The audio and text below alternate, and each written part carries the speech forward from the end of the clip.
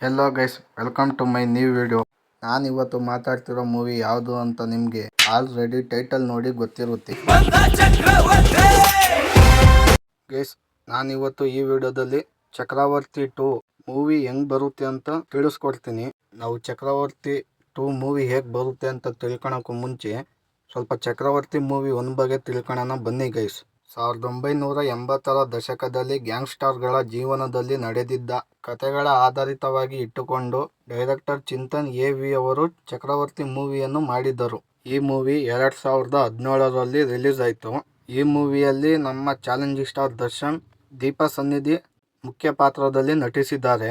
ಕುಮಾರ್ ಬಂಗಾರಪ್ಪ, ಆದಿತ್ಯ ಮತ್ತು Srujan Lokesh supporting character ಅಲ್ಲಿ act ಮಾಡಿದ್ದಾರೆ. ಈ ಮೂವಿಯ ಒನ್ಲೈನ್ ಕತೆ ವಿಚಾರಕ್ಕೆ ಬಂದರೆ, ಚಾಲೆಂಜಿಂಗ್ ಸ್ಟಾರ್ ದರ್ಶನ್ ಅಂದರೆ ಶಂಕರ್ಗೆ ಟೈಗರ್ ಹಂಟಿಂಗ್ ಮಾಡೋ ಅಭ್ಯಾಸ ಇರುತ್ತೆ. ಮತ್ತೆ ಟೈಗರ್ ಹಂಟಿಂಗ್ ನ ಕೊಡಗಿನಲ್ಲಿ ಮಾಡ್ತಾ ಇರ್ತಾನೆ. ಇವರ ಅಪ್ಪ retired army officer. Tiger hunting ಮಾಡಿ ಬಂದ ಶಂಕರ್ಗೆ ಬೆಂಗಳೂರಿಗೆ ಹೋಗಿ ಏನಾದ್ರು ಕೆಲಸ ಹುಡುಕೊಂಡು ಮಾಡುವಂತ ಊರಿನ ಜನರ ಮುಂದೆ ಅವರಪ್ಪ ಬೈಯುತ್ತಾರೆ. ನಂತರ ಶಂಕರ್ ಊರು ಬಿಟ್ಟು ಬೆಂಗಳೂರಿಗೆ ಹೋಗಿ ಇಂಟರ್ನ್ಯಾಷನಲ್ ಡಾನ್ ಆಗುತ್ತಾನೆ.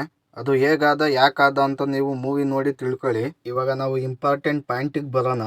ಶಂಕರ್ಗೆ ಎ.ಸಿ.ಪಿ ಸೂರ್ಯಕಾಂತ್ ಅರೆಸ್ಟ್ ಮಾಡ್ತಾನೆ. ಶಂಕರ್ನ ಎ.ಸಿ.ಪಿ ಅರೆಸ್ಟ್ ಮಾಡಿ ಕರ್ಕೊಂಡು ಹೋಗುವಾಗ ದಾರಿ ಮಧ್ಯ ಗಾಡಿ ನಿಲ್ಲಿಸುತ್ತಾರೆ. ನಂತರ ಶಂಕರ್ ಮೇಲೆ ಶೂಟ್ಔಟ್ ಆಗುತ್ತೆ. ಎ.ಸಿ.ಪಿ ಶಂಕರ್ಗೆ ಹಾಸ್ಪಿಟ್ಲಿಗೆ ಅಡ್ಮಿಟ್ ಮಾಡ್ತಾರೆ. ಶಂಕರ್ ಟ್ರೀಟ್ಮೆಂಟ್ ತಗೊಂಡು ಹಾಸ್ಪಿಟ್ಲಿಂದ ಎಸ್ಕೇಪ್ ಆಗ್ತಾನೆ. ನಂತರ ಮಲೇಷಿಯಾದಲ್ಲಿ ಇಂಟರ್ನ್ಯಾಷನಲ್ ಡಾನ್ ಆಗಿ ಕಾಣಿಸಿಕೊಳ್ತಾನೆ.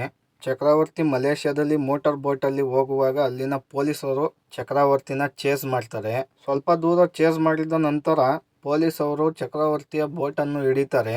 ಆದರೆ ಆ ಜಾಗದಲ್ಲಿ ಚಕ್ರವರ್ತಿಯ ತರ ಬೇರೆ ಒಬ್ಬ ವ್ಯಕ್ತಿ ನಿಂತಿರುತ್ತಾನೆ. ಆದ್ರೆ ಒಂದು ಅನುಮಾನ ಬರೋದು ಏನು ಅಂದ್ರೆ, ಚಕ್ರವರ್ತಿ ನಿಂತಿದ್ದ ಜಾಗದಲ್ಲಿ ಬೇರೆ ಒಬ್ಬ ವ್ಯಕ್ತಿ ನಿಂತಿರುತ್ತಾನಲ್ಲ, ಅವನ ಕಾಲ್ ಕೆಳಗೆ ಇರೋ ಒಂದು ಹೋಲ್ನ ಫೋಕಸ್ ಮಾಡಿ ತೋರಿಸ್ತಾರೆ. ಆದರೆ ನೆಕ್ಸ್ಟ್ ಸೀನಲ್ಲಿ ಚಕ್ರವರ್ತಿ ಒಂದು ದೊಡ್ಡ ಹಡಗಿನಲ್ಲಿ ನಡೆದುಕೊಂಡು ಹೋಗುತ್ತಾನೆ. ಆದರೆ ಚಕ್ರವರ್ತಿ ಪೊಲೀಸರ ಕಣ್ತಪ್ಪಿಸಿ ಈ ದೊಡ್ಡ ಹಡಗಿನಲ್ಲಿ ಹೇಗ್ ಬಂದ ಅಂತ ಎಲ್ಲೂ ತೋರಿಸಿಲ್ಲ ಮೂವಿಲಿ.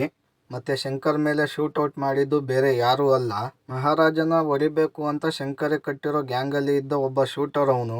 ಆದ್ರೆ ಶಂಕರ್ ಮೇಲೆ ಯಾಕೆ ಶೂಟ್ ಔಟ್ ಮಾಡ್ದ, ಯಾರು ಮಾಡಿಸಿದ್ದು ಅಂತ ಡೈರೆಕ್ಟರ್ ಎಲ್ಲೂ ಮೂವಿಲಿ ತೋರಿಸಿಲ್ಲ. ಇದನ್ನೆಲ್ಲ ನೋಡ್ತಿದ್ರೆ ಡೈರೆಕ್ಟರ್ ಮತ್ತೆ ಡಿ ಬಾಸ್ ಅವರು ಚಕ್ರವರ್ತಿ 2 ಮಾಡೋ ಪ್ಲಾನ್ ಮೊದ್ಲೇನೆ ಮಾಡಿದ್ರು ಅನ್ಸುತ್ತೆ.